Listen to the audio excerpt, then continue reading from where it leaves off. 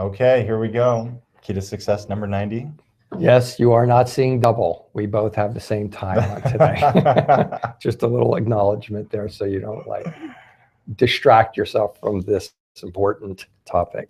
So we're actually going back through some topics we covered a long time ago because we felt that a lot of the newer patients may not be getting or going back and looking at some of the more important things that need to be talked about.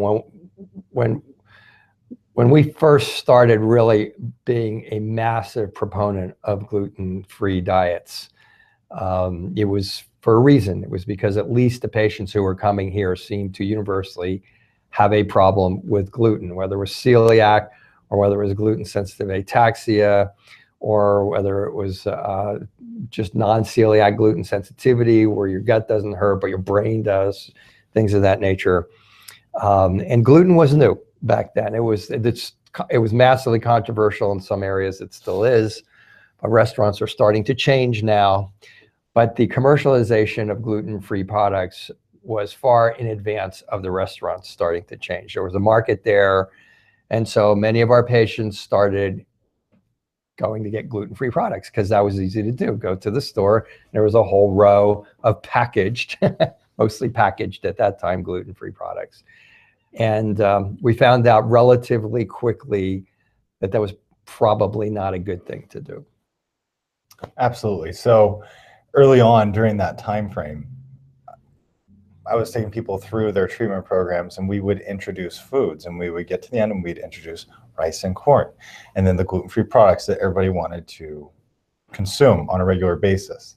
And that time I didn't know until all of a sudden, all of our patients started crashing at the end of their program, whether it was their thyroid symptoms coming back, they were gaining weight rapidly, blood sugar numbers were off. And so I was pulling my hair out, trying to figure out what was wrong, until ultimately we came to the conclusion that's these gluten-free products, because these gluten-free products are pretty much composed of crap. Lots of sugar, lots of rice, lots of corn, and other grains sometimes, but those are the big ones. And they're very high on the glycemic index. They promote insulin responses. We found them in our experience to promote this bacterial dysbiosis in the gastrointestinal tract. So it just goes on and on and on. And while they're seemingly so fun and maybe a deviation from your mundane normal diet, they're just as bad as eating gluten in our opinion. Now, I will lots of times allow people to have rice and corn in the same meal, maybe twice a month, as their quote unquote cheat meal. So I can't say it's quite as bad as gluten, because we don't want people ever eating gluten because it causes leaky gut syndrome, as most of you know it. But still, regular consumption of these gluten-free products is dangerous. And we've talked on and on about both of our experiences when we've consumed them, especially me when I was consuming them. I was 50 pounds heavier.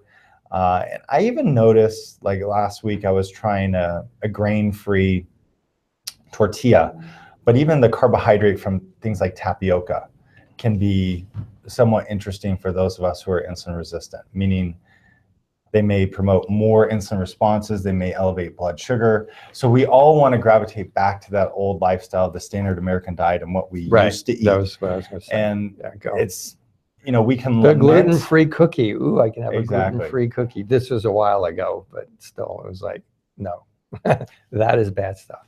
And we can lament about it. I found that lamenting really doesn't help. You just got to understand your program is what it is. Your diet's going to be what it's going to be. Your diet may be more restrictive than Jane's diet, who's in the treatment area, but it is what it is. And I have no other way to gently say that. I've tried and I've tried and I've tried with patients.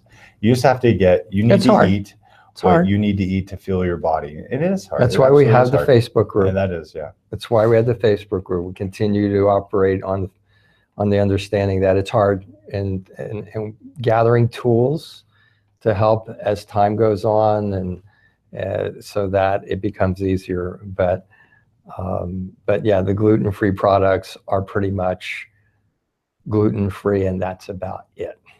Mm-hmm. And they're, if you come in here, you have a complex problem.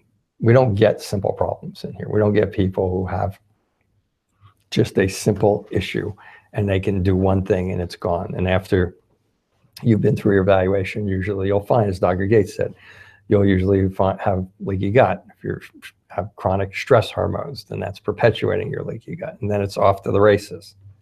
And that can affect everything.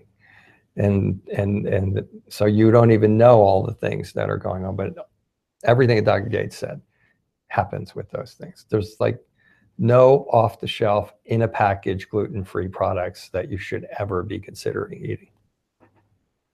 Exactly. So if you have any questions, let us know. We hope that this was not too harsh, but sometimes you just got to call it is like it is. So we'll be back next week with another broadcast, and have a good week. Okay.